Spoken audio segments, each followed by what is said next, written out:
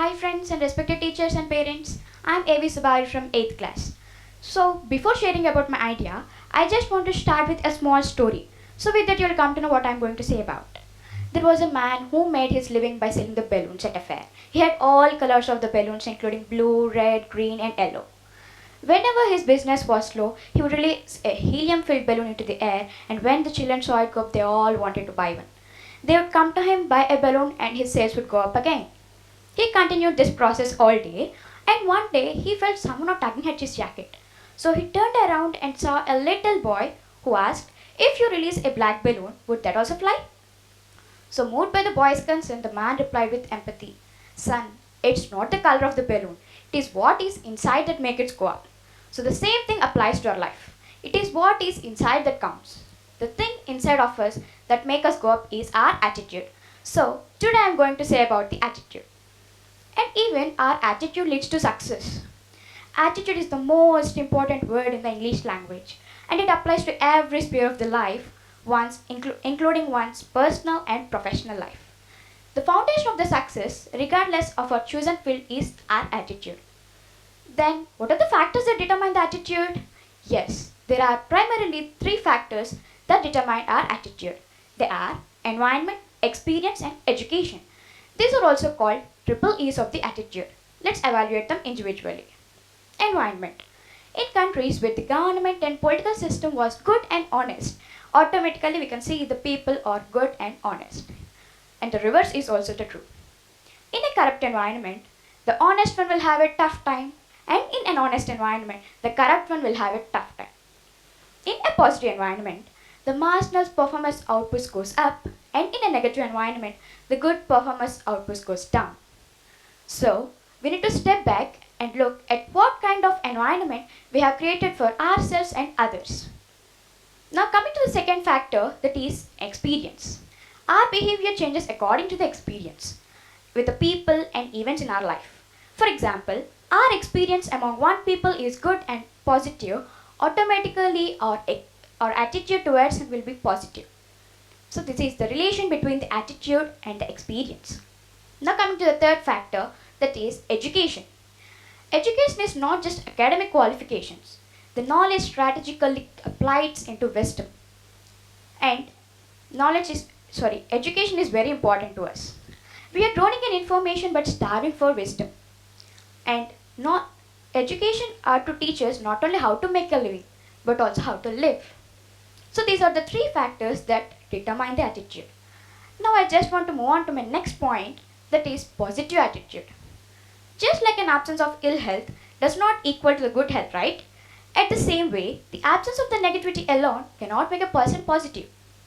And there are some personality traits that we can easily recognize in a person with a positive attitude. They are caring, confident, patient and humble. They have high expectations among themselves and others, and they always anticipate the positive outcomes. And in a simple way, a person with a positive attitude is just like a fruit of all seasons. He is always welcome.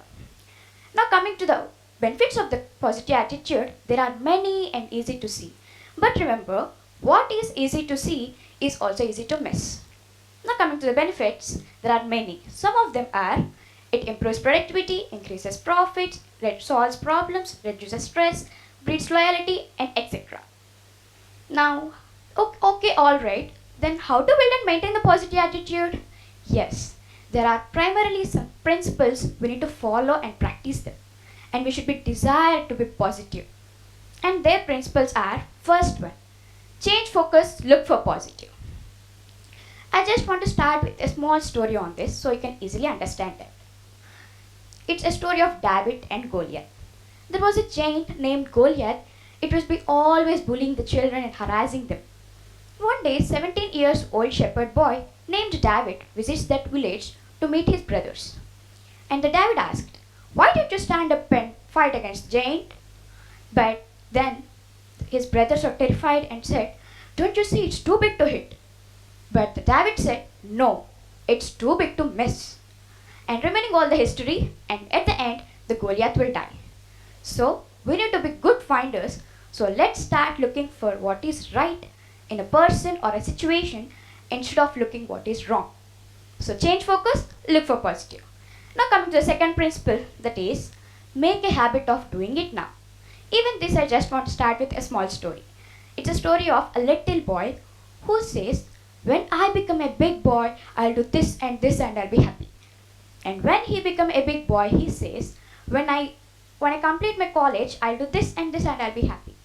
And when he completes his college, he says, when I got my first job, I'll do this and I'll be happy.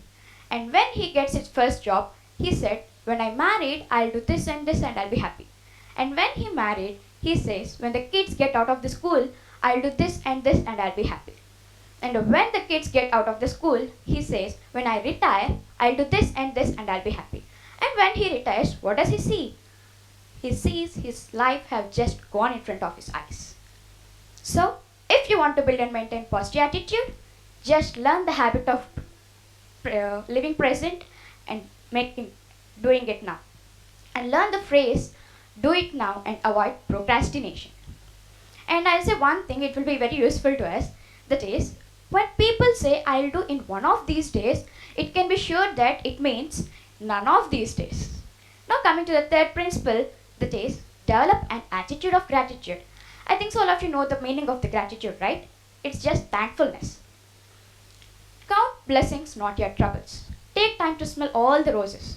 But nowadays we are focusing on complaining the things which we don't have and losing the sight on the things which we have. So, there is a lot to be thankful for. And many of our blessings are hidden treasures. So, count your blessings, not your troubles. Now coming to the fourth and last principle, it's very important to us. Education with values. The true education is a training of head and heart. So we need to compete for knowledge and wisdom. Knowledge is filling up the facts and wisdom is simplifying it. So, the education of a mind without values and morals can create a menace to the society. Now coming to, so then it's about the positive attitude. I just want to move on to a different point, that is our strengths. This I just want to start with two examples. It's about the birds. We all know about the hummingbirds, right? It is very small and it weighs only 1/10 of an ounce. Too small, right? But it beats 75 times a second, so with that only it can drink nectar from the flowers. And coming to the second example, that is about ostrich. It is the largest bird, it can't fly. And it weighs 300 pounds. However, its legs are too strong, it can run up to 50 miles per hour, taking strides of 12 to 15 feet. Even other creatures having this strength, and we are also gifted with some strengths. Some we need to build, some we need to maintain, and some we need to develop. And some of them are, first of all, common sense. We are all born with the 5 senses. They are sight, hear, touch, smell, and taste. But the successful people have the 6th sense, that is common sense. And the best education without common sense is worthless. So, common sense is very important to us. Now coming to the second strength, that is, we need to feed our mind. We need good food every day, right? In the same way, our mind needs good thoughts every day. So, we should feed our mind with the positive, good, inspirational things to stay on track. Now coming to the third one, that is, education is a reservoir. So, like an athlete through practice build an inner reservoir of the stamina that they build on in competition. If they don't practice, what is there to draw on? Nothing, right? At the same way, the positive thinkers build an inner reserve of the positive attitude by constantly feeding the mind with the good, positive and inspirational things. So, education is a reservoir. Now coming to the last thing, it's very important to us. Our knowledge is our power. Learning is just like eating food. It is not how much we eat that matters. It is how much we digest. It is cultivating strength, thinking, learning the discipline, listening, and etc. Now I just want to move on to my last topic, and it's also a very beautiful topic. That is positive self-esteem. First of all, what is self-esteem? Yes, self-esteem is the way we think about ourselves and we feel about ourselves. And thinking positive and about good things within increases our output and also improves our relationship both at home and at work. And the world looks nicer. What's the reason? There is a direct correlation between the behavior and the feelings. Then, how to build a positive self esteem? Yes, if you want to build a positive self esteem, quickly, the fastest way is to do for others that they cannot repay you in a cash or kind. So, this is about how to build a positive self esteem. So, I just want to narrate a small story on this. You can easily understand that. There was a man who was washing his car, and the neighbor saw it and asked, "When did you buy a new car?" Then the man replied, "No, my brother gave it to me." Then the neighbor said, I wish I had a car like that." Then the man said, "No, you should wish you should have a brother like that." This conversation was listening by the neighbor's wife, and she interrupted and she said, "No, if I wish I was a brother like that, what a way to go." So this is about the positive self-esteem. Now I just want to show an activity that says about the importance of the attitude. Let's start. This is the tree of fulfillment. So here I took two circles. One is red and one is blue. Blue is our inner strengths, is also called inner fruits. And the red is called our outer strengths, our results, and also the outer fruits of the tree. And here even I took stars in this, which are bonus things for us. What are our inner strengths? First of all, attitude,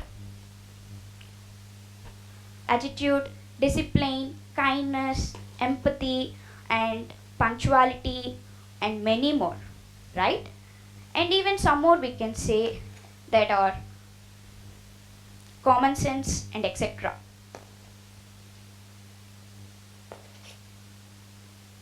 Okay, these are our inner strengths.